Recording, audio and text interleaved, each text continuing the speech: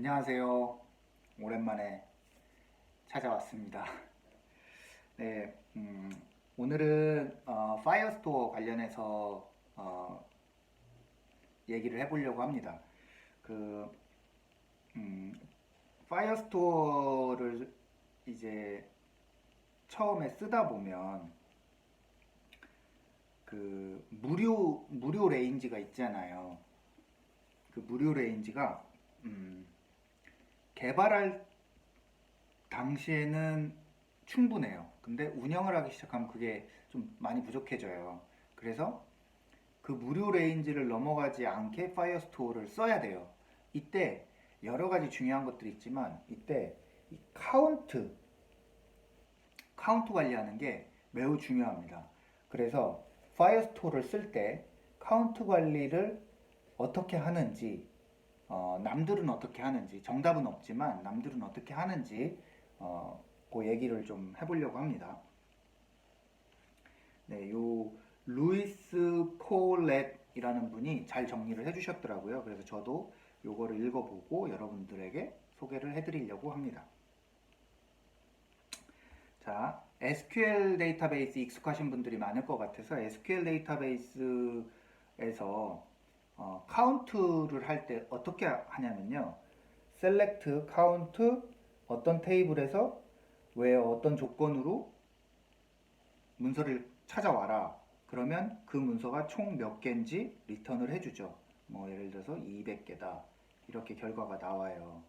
근데 SQL에서는 이게 아주 손쉬운 쿼리고 매우 많이 쓰는 쿼리예요. 1회 리퀘스트로 한 방에 얻을 수 있는 값이죠. 그래서 비용이 많이 비싸지 않아요. 물론 깊게 들어가면 이것도 많은 디자인들이 필요하지만 일단 지금 단순한 우리가 쓰는 우리가 지금 개발하는 소규모 어떤 서비스에서는 문제되지 않습니다. 카운터를 이렇게 막 써도 SQL에서는. 근데 NoSQL에서는 이 카운트 방식을 SQL처럼 지원을 하지 않더라고요. 아마 NoSQL의 그 태생적으로 그 SQL과 다른 어떤 부분들 때문인 것 같아요. 제가 생각하기에는. 그래서 DNA가 SQL하고 다르기 때문에 카운트를 이런 방식으로 지원하지 않아요. 그렇지만 우리는 소규모 서비스를 할 때 파이어스토어를 쓰지만 거의 SQL DB처럼 쓰잖아요. 네, 현실적으로 그렇게 많이 쓰잖아요.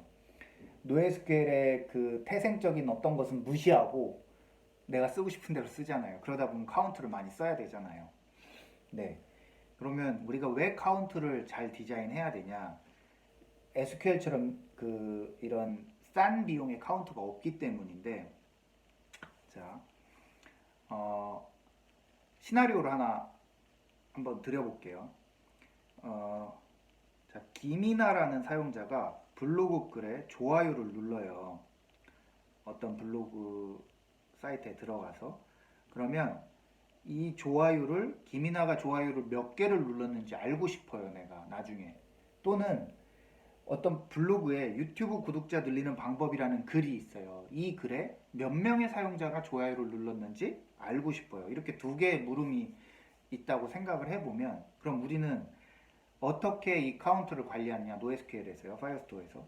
like 컬렉션을 만들고요.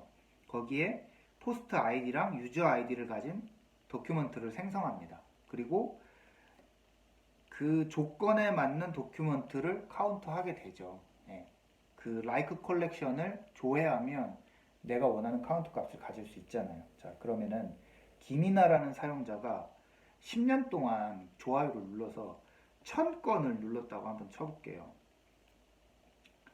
1000건을 눌렀다고 한번 쳐볼게요. 또는 유튜브 구독자 늘리는 방법, 이 글이 너무 인기가 많아서 10만 건의 좋아요가 눌렸다고 쳐볼게요. 실제로 가능하잖아요. 인기 많으신 분들은 10만 건씩 좋아요 눌릴 수 있잖아요. 자, 이렇게 됐을 때 문제가 뭐냐 한번 얘기해 볼게요. 파이어스토어에서 우리한테 무료로 지원해주는 리드 횟수는 5만 건인가요? 5만 건 정도밖에 안 돼요. 라이트 횟수는 그보다 더 적어요. 2만 건인가? 이렇게 돼요. 제가 숫자는 정확하지 않은데 그 정도 뭐 어떤 제한이 있어요. 근데 요게 어느 정도에 적합하냐면 그 무료 레인지가 그냥 개발하는 정도에 적합해요. 서비스를 하는 순간 무료 레인지는 넘어가게 돼 있습니다. 그렇게 딱 돼 있어요. 그 소규모 서비스더라도 무료 레인지를 넘어서는 어떤 쿼리를 발생시킬 수밖에 없는데, 그러면 저 유튜브 구독자 늘리는 방법이라는 글에 좋아요가 몇 개인지 내가 알고 싶은데, 그거 한번 쿼리를 딱 날리잖아요. 라이크 컬렉션에서 포스트 아이디가 유튜브 구독자 늘리는 방법인 글들을 쫙 긁어서 카운트를 딱 세. 그러면 그 리드 횟수 몇 번 발생할까요? 10만 번 발생해요. 그러면 내 무료 레인지를 훌쩍 넘죠. 그럼 돈이 나와요, 그만큼. 요게 파이어스토어에서 주의해야 되는 부분이에요. 카운트 비용이 매우 비싸요, 파이어스토어에서는. 그래서 카운트를 잘 디자인해야 됩니다. 자, 그러면 사람들은 어떻게 카운트를 관리를 할까요? 대표적인 4가지 방법을 제가 소개를 해드리려고 해요. 이번 영상에서는 4가지 방법을 가볍게만 소개를 해드리고, 다음 영상에서 하나하나 자세히 설명을 드려볼까 합니다. 네, 이제 첫 번째 방법이 뭐냐면, 이게 사실은 제일 손쉬운 방법이고, 아주 소형, 개인 서비스나 소형 서비스에서는 이 방법으로 충분합니다. 뭐냐면 SQL처럼 그냥 쓰는 거예요. 전체 김이나가 좋아요를 누른 글 전체를 가져와요. 라이크 컬렉션에서. 그 다음에 그거 랭스를 체크해요. 카운트를 체크하는 방법은 랭스를 읽으면 되거든요. 그러면 1000번 그냥 횟수 날라가겠죠. 오케이, 그냥 1000번 날리는 거예요. 네. 왜냐하면 아직도 무료 레인지니까. 네. 돈이 나오더라도 조금밖에 안 나올 거고, 이건 소형 서비스이기 때문에 사용자가 많지 않으니까 문제가 되지 않습니다. 그리고 개발이 아주 손쉽거든요. 그래서 첫 번째 방법, 그냥 SQL처럼 더큐먼트를 다 읽어서 카운트한다. 이 방법도 있습니다. 그리고 뭐 아주 소형 그 컬렉션에서는 충분히 쓸 수 있는 방법이에요. 근데 대형 컬렉션으로 가면 비용이 너무 비싸져요. 그래서 이런 방법은 쓸 수 없어요. 두 번째 방법은 뭐냐면 카운터 자체를 저장을 해요. 예를 들면 어떤 더큐먼트를 하나 놔두고 거기에 필드에 카운터라고 놔둬. 그리고 김이나가 좋아요를 누를 때마다 이 카운터 값을 플러스 1 해. 좋아요를 10번 누르면 이 카운터 값이 인트 값으로 10이 돼 있는 거예요. 거기 좋아요 하나 해지하면 9로 내려놓는 거죠. 이런 식으로 카운트를 저장하는 방법도 매우 많이 쓰입니다. 장단이 다 있어요. 요 두 번째 방법은 비용이 싸죠. 왜냐하면 카운트 값을 읽어올 때 딱 한 번의 리드만 발생하니까 비용이 쌉니다. 그 관점에서 비용은 싸지만 개발 비용은 올라가게 돼 있어요. 카운트를 개발자가 다 관리를 해줘야 되기 때문에. 자, 그럼 세 번째 방법은 뭐가 있냐? 외부 서비스를 이용하는 거예요. 파이어스토어가 아닌 뭐 대표적으로 MySQL이나 이런 SQLDB가 있겠죠. SQLDB를 카운트용으로 쓰는 거예요. 그런 방법도 있을 수 있습니다.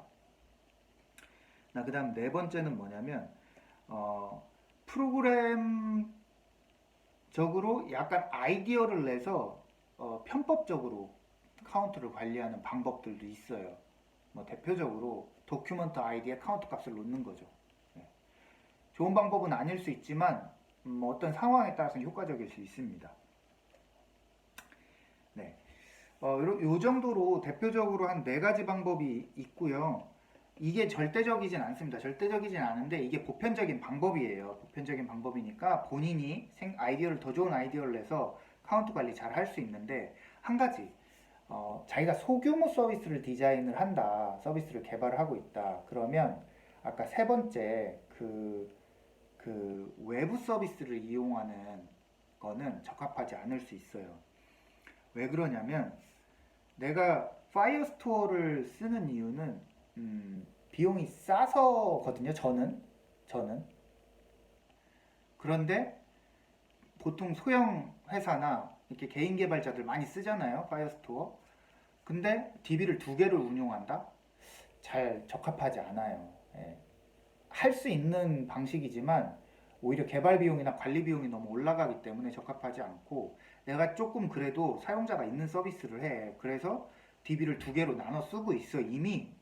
그런 경우에는 뭐 MySQL 쪽에 카운트 관리 테이블을 둘 수도 있겠죠. 예. 그런 경우에는 합리적이지만 소형 서비스를 쓸 때는 저는 DB 2개 쓰는 게 그렇게 효과적인 방식은 아니라고 생각을 합니다. 이게 제 의견이고요. 그 블로그 저자는 이런 의견 주지 않았습니다. 그냥 제 생각입니다. 네, 이번 영상은 여기까지 하고요. 다음 영상에서 각각 네 가지에 대해서 좀 더 자세히 알아보도록 하겠습니다. 안녕!